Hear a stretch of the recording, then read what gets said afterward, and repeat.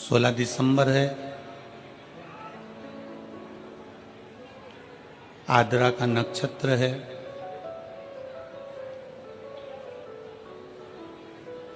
हजारों शिवरात्रियों के बराबर आज का दिन होता है, जिस दिन भगवान शंकर के एक अग्नि खंभ में ज्योति प्रकट होती है और वो ज्योति सभी 12 ज्योतिर्लिंग में और सभी शिवालयों में विराजमान हो जाती है।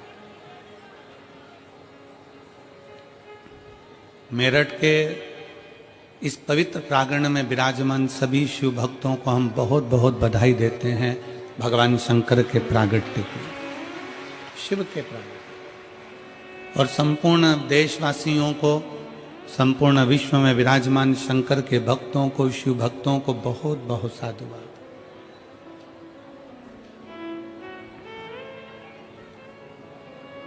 सभी शिव भक्तों के लिए बहुत साधुता।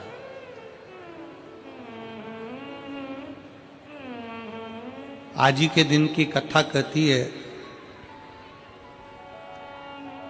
कि जिंदगी में अगर कोई रोग लग गया है, जिंदगी में अगर कोई तकलीफ आ गई है, जिंदगी में अगर कोई दुख आकर खड़ा हो गया है, कोई शरीर में ऐसा रोग आ गया कि डॉक्टर भी इलाज कर रहे हैं पर दवाई भी शरीर को नहीं लग रही,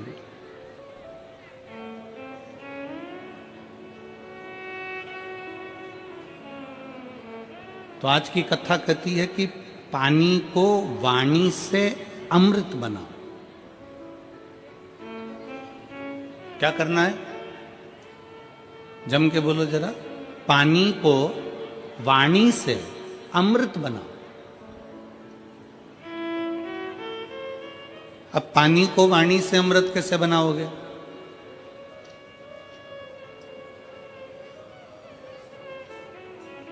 और ऐसा कोई व्यक्ति नहीं है यहां पर बैठा हुआ जो पानी से, वाणी के माध्यम से पानी को अमृत ना बना। आज आद्रा की कथा कहती है,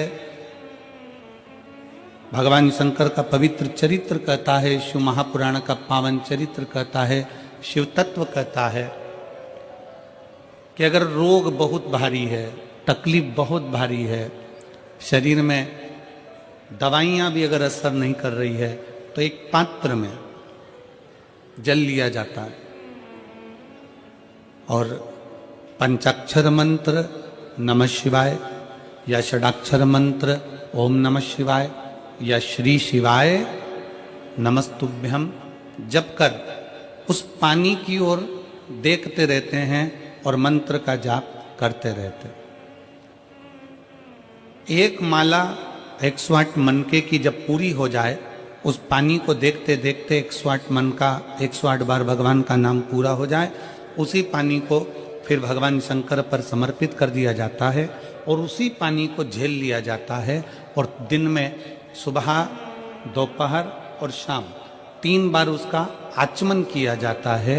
शरीर में दवाई लगना प्रारंभ हो जाती है और रोग का निवारण हो जाता है। इसको कहते हैं पानी को वाणी से अमृत बनाना।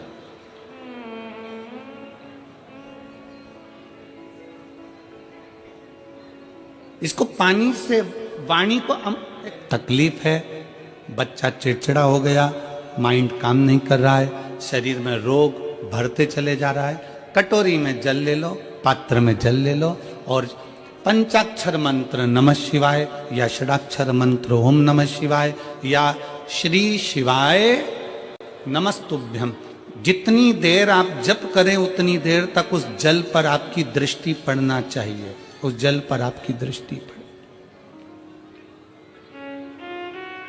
जितनी देर तक आप जप रहे हैं, श्री शिवाय नमस्तुभ्यम कह रहे हैं, उतनी देर तक जल पर आपकी दृष्टि पड़े और फिर वही जल भगवान शंकर को समर्पित करें और वो जल लाकर सुबह, दोपहर, शाम 3 बार उसका पान करें। 3 बार क्यों?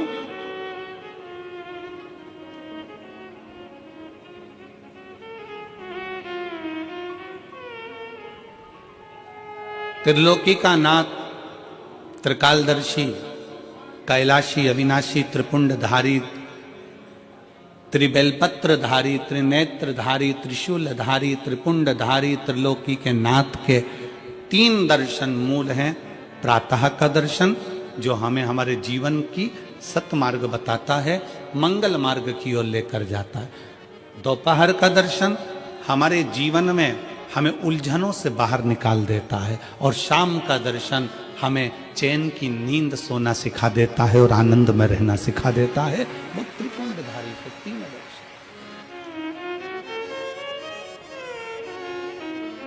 वो कहते हैं ना कि गरीब तो इतना हूं, गरीब तो इतना हूं कि एक गधा भी नहीं खरीद सकता। गरीब तो इतना हूं कि एक गधा भी नहीं खरीद सकता, और अमीर तो इतना हूं कि रात को शंकर के भरोसे घोड़े बेच कर सोता हूं। शंकर के भरोसे घोड़े बेच कर सोता हूं। गरीब इतना है कि ये गधा भी ना खरीद पावे, और अमीर इतना है कि जब सोता है चैन की नींद मेरे शंकर के भरोसे होकर घोड़े बेच कर सोता है। ऐसे घुर्राटे भर कर सोता है जैसे इतना बड़ा काम करके आया है, सारी जमीन जायदाद का सौदा कर कर आया, 4 फैक्ट्री का मालिक है, 8-10 दुकान चल रही है, और मालूम पड़े सवेरे उठता है फिर अपने काम में लग जाता है। बस समझ लो जिंदगी का सबसे सुखी व्यक्ति वही है जिसके कमरे में नींद की गोली नहीं है।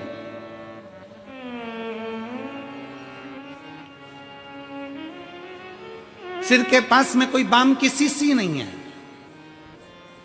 विक्स नहीं है, सोने से पहले कोई टेबलेट लेना नहीं पड़ रही है। वो दुनिया का सबसे सुखी व्यक्ति है। प्रथम सुख निरोगी काया, सबसे बड़ा सुख है निरोगी काया।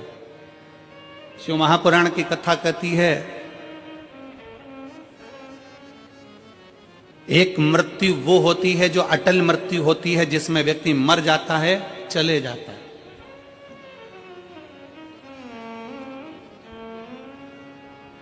जन्म से लेकर मरने तक के बीच में व्यक्ति 100 बार और मरने की कतार पर आ जाता है। कितनी बार? जम के बोलो जरा, कितनी बार पास में आ रहा है मृत्यु के? 100 बार। मरने वाला मृत्यु अलग है कि मरेगा, परंतु उसके पहले जन्म से मृत्यु के बीच में 100 बार तुम्हारे पास में मौत आती है। 100 बार। कहीं बीमार पड़ गए, एक्सीडेंट हो गया, कहीं कोई कार्य हो गया, कहीं दिमाग खराब हो गया, कहीं मानसिक टेंशन बढ़ गया, कहीं डिप्रेशन में पहुंच गए, कहीं किसी ने कुछ कह दिया, कहीं कुछ हो गया। 100 बार मौत मृत्यु तुम्हारे नजदीक में आती है।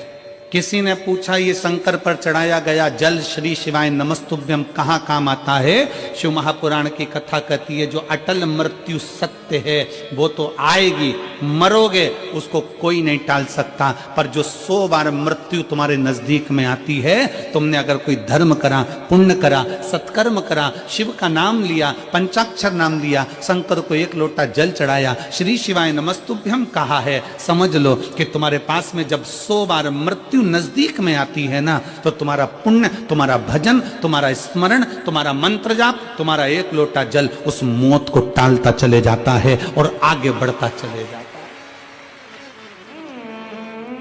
अटल मृत्यु तो सत्य है, वो तो आना है, पर उसके पहले भी 100 बार मृत्यु आती है। कहीं बीमार पड़ गए, एक्सीडेंट हो गया, कुछ हो गया, कुछ हो गया, बार बार मौत करीब में आती चली जाती है।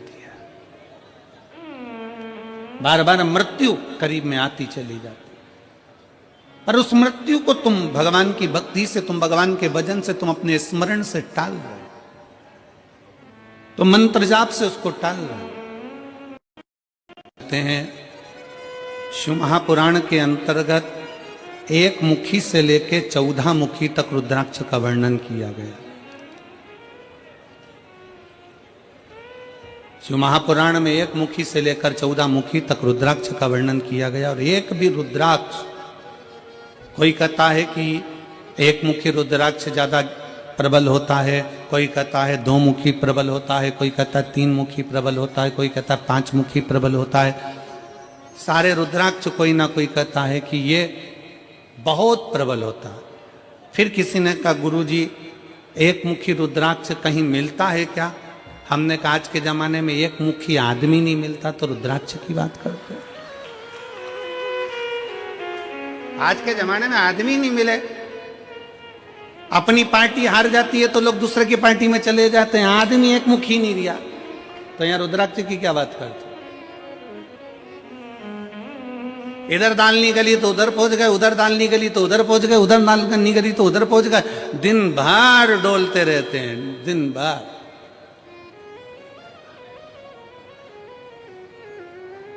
फिर किसी ने पूछा गुरुजी रुद्राक्ष कौन सा असर करेगा, कौन सा रुद्राक्ष असर करेगा, हम कौन सा रुद्राक्ष पहने जो हमारे शरीर पर असर करे, कौन सा रुद्राक्ष हमें पहनना चाहिए कि हमारे शरीर पर असर करे। हम निवेदन करेंगे रुद्राक्ष पहनो मत पहनो, पर मीठी वाणी का रुद्राक्ष अपनी जिह्वा पर रख लो, वो इतना असर करेगा कि सबको अपना बना ले, सबको अपना। वाणी ऐसी बोलिए जो मन का, जम के बोलो जरा, वाणी ऐसी बोलिए जो मन का आपा खोए। पर आज के जमाने में वाणी ऐसी बोलिए जो जम के झगड़ा होए, पर उससे मत बोलिए जो तुमसे तगड़ा होए। आज के जमाने में सबसे मूल है आपकी वाणी। वाणी की श्रेष्ठता हो तो समझ लो कि पूरी दुनिया तुम्हारी है, और वाणी की श्रेष्ठता नहीं तो दुनिया तुम्हारी अपने भी है।